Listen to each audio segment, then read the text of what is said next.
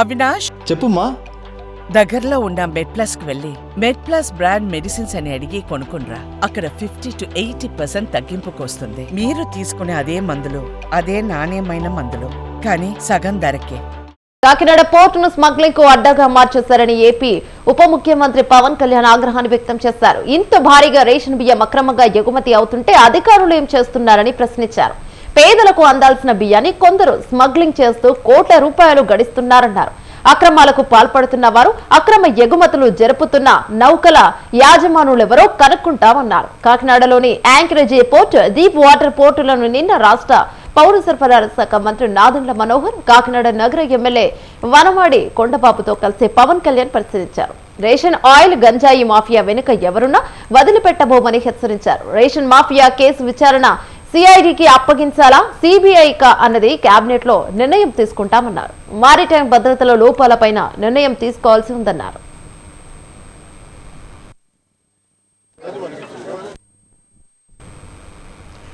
ప్రభుత్వం పేదల ఆకలి తీర్చడానికి బియ్యం ఉచితంగా అందిస్తోందని, ఇందుకు కిలోకు 43 రూపాయలు ఖర్చవుతోందని పవన్ కళ్యాణ్ అన్నారు.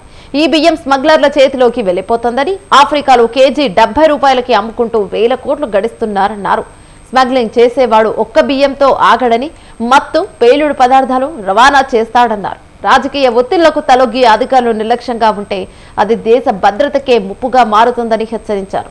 స్మగ్లింగ్ నేర ప్రవృత్తికి అలవాటైతే ఆర్డీఎక్స్ ఆయుధాలు అన్ని ఈ తీరానికి వస్తాయని వ్యాఖ్యానించారు. సమస్యను సీఎం దృష్టికి తీసుకెళ్లాలని, అక్రమాలకు పాల్పడిన వాడిపై పిడి చట్టం ప్రయోగించాలని నిర్ణయించామన్నారు పవన్ కళ్యాణ్.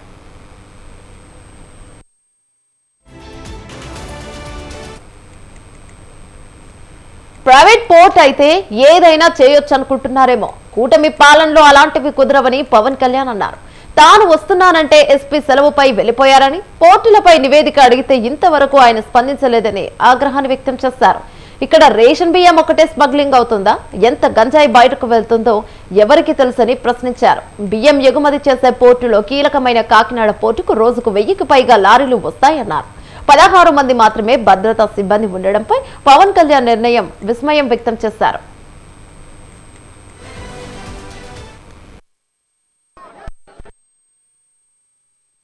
కాకినాడ పోర్టు కానీ ఏ పోర్ట్ అయినా కానీ అనుమతి ఇచ్చింది ఎక్స్పోర్ట్ కి, అంతేగాని స్మగ్లింగ్ కాదు. స్మగ్లింగ్ మీద చేసే విధానంలో కూర్చోబెట్టి దానికి పర్మిషన్, దానికి లైసెన్స్ ఇవ్వాలి. లీగల్ గా ఎక్స్పోర్ట్ కి మాత్రమే ఇక్కడ పర్మిషన్ ఇచ్చారు. దీనికి కాకినాడ పోర్టుకి రోజుకి 1000 నుంచి 1100 లారీలు వస్తాయి. ప్రపంచంలో వివిధ ప్రాంతాలకి బియ్యం ఎగుమతి చేసే ఆ పోర్టులో చాలా కీలకమైనది. ఇంత పెద్ద పోర్టుకి ఇందాక మన ఈ సెక్యూరిటీ అధికారిని అడుగుతా ఉన్నాను, ఎంతమంది ఉన్నారు మీ దగ్గర అంటే 1000 నుంచి 1100 లారీలు వెళ్లే ఈ పోర్టుకి 16 మంది సెక్యూరిటీ. అసలు విచిత్రంగా మనోహర్ గారు పట్టుకొని కేసులు పెట్టి అధికారులకి చెప్పినా గానీ, అటు పోలీస్ గానీ, సివిల్ సప్లైస్ గానీ యాక్షన్ చాలా నామమాత్రంగా తీసుకుంటా ఉన్నాను. నేను చాలా సందర్భాల్లో ఆయన అడుగుతా ఉన్నాను, మనం ఏ యాక్షన్ కనుక మనం ముందుకు తీసుకెళ్ళకపోతే వీళ్ళు ఇన్ని మాటలు చెప్పి దీన్ని ఏమి ముందుకు తీసుకెళ్లేదేంటి అన్న అపవాదం మనందరి మీద ఉంటుంది. మన ఇంటెన్షన్ వేరు, జరుగుతుంది వేరు, మన యాక్షన్స్, దాని కాన్సిక్వెన్సెస్ సరిగ్గా వీళ్ళు సహకరించట్లేదు. ఇది ప్రజల దృష్టిలో పెట్టాలి. ఇది బిలో పవర్టీ లైన్లో ఉన్న వాళ్ళకి దాదాపు 43 రూపాయలు ఖర్చు అవుతుంది. 43 రూపాయల 50 పైసలు ఖర్చు అవుతుంది ఒక్కొక్క కిలోకి. అది గవర్నమెంట్ సబ్సిడైజ్డ్ ప్రైస్ తోటి మొన్నదాకా రూపాయి 2 రూపాయలు ఉంటే ఇప్పుడు అది కూడా పూర్తి అసలు జీరో. కొన్ని వేల కోట్లు దీని నుంచి వెళ్ళిపోతూ ఉన్నాయి. దారుణంగా ఆఫ్రికా దేశాల్లో దీన్ని 70 రూపాయలకి అమ్ముతారు. ఇందులో ఎవ్వరు చేసింది ఏం లేదు. 70 రూపాయలకి 73 రూపాయలకి అమ్ముతారు కేజీ. అన్యాయంగా, అకారణంగా స్మగ్లర్ల చేతిలోకి వెళ్ళిపోతుంది. ఈ స్టేక్ హోల్డర్స్ ఎవరు, వాళ్ళకి నోటీసులు పంపించిన వాళ్ళకి ఆ షిప్ని సీజ్ చేయండి. నేను I want right a letter to home ministry. హైదరాబాద్లో చూసాం, గోకుల్ చాట్ బండార్ లాంటి చోట కూడా వచ్చేసారు. ఇక్కడ వచ్చి ఒక 10 మంది ఉగ్రవాదులు వచ్చి ఎడాపెడిగా కాల్ చేస్తే దిక్కు లేదు. ఇక్కడ వాళ్ళు చనిపోవడానికి సిద్ధంగా ఉంటారు ఉగ్రవాదులు. 25,000 టన్నుల, మన 25,000 కిలోల హెరాయిన్ ఆంధ్రప్రదేశ్లో వైజాగ్ పోర్టులో దొరికింది. That shows the vulnerability. Smuggling అలవాటు అయిన వాళ్ళు క్రిమినల్ యాక్టివిటీస్కి అలవాలం అయిపోతే tomorrow it will be RDX, tomorrow it will be weapons, tomorrow it will pose as a great threat for national security. చేతులు కాలేక ఆకులు పట్టుకున్నట్టు ఉంటుంది. రూపాయి పెట్టుబడి లేకుండా వేల కోట్లు సంపాదిస్తూ ఉన్నారు. There should be a major crackdown on this. దీనికి తన మన భేదం లేదు. దీనికి అధికారులు కాదు, పొలిటికల్ వ్యవస్థ కాదు, ఎవరైనా సరే. గత ప్రభుత్వం ఇప్పుడు ఈ వ్యక్తి కూర్చోబెట్టి చూస్తే మనకి ఏదో మన 16 కంపెనీస్ ఉన్నాయి, వీళ్ళు కోర్టులకు వెళ్తా ఉన్నారు. రైస్ ఎక్స్పోర్ట్ జరగాలి, మీరు ఎనీథింగ్ ఈజ్ పారదర్శకంగా మీరు చేస్తే ఇబ్బంది రాదు. కానీ దీనిని అడ్డగోలుగా పెట్టుకొని ఈ ప్రభుత్వం ఏమి చేయదంటే మటుకు చాలా బలమైన చర్యలు తీసుకుంటాం. ఇది ఇప్పుడు మేము పట్టుకుంది ఏంటంటే, ఇది ఎలా ఉన్నాయంటే డైరెక్ట్ కింగ్ పిన్స్ ఎలా ఉన్నారంటే వాళ్ళ కంపెనీస్ ఉన్నాయి. వీళ్ళు ఎలా అంటే ఇది ఒక కార్టెల్. ఇది ఇట్స్ నాట్ ఒక సింగిల్గా మెయింటైన్ చేస్తున్నారేమో కానీ ఇట్స్ అ కార్టెల్. దాదాపు మేము చూస్తుంటేనే 16 దాకా 16 కంపెనీస్. దాంట్లో మీరు చెప్పిన వ్యక్తి కంపెనీ కూడా ఉందని చెప్తా ఉన్నారు. నాకు యాజ్ అంటూ నాకు కూర్చోబెట్టేది సమ్ మానస ట్రేడింగ్ కంపెనీ, అది వాళ్ళ బ్రదర్ది అని చెప్తా ఉన్నా, నాకు తెలియదు. ఇది నా ఉద్దేశం ఏంటంటే ఇది ఒక వ్యక్తికి సంబంధించింది కాదు, ఒక వ్యక్తిని టార్గెట్ చేస్తుంది కాదు. ఇది ఎంటైర్ ఈ నెట్వర్కింగ్ని బ్రేక్ డౌన్ చేయాలి దీన్ని.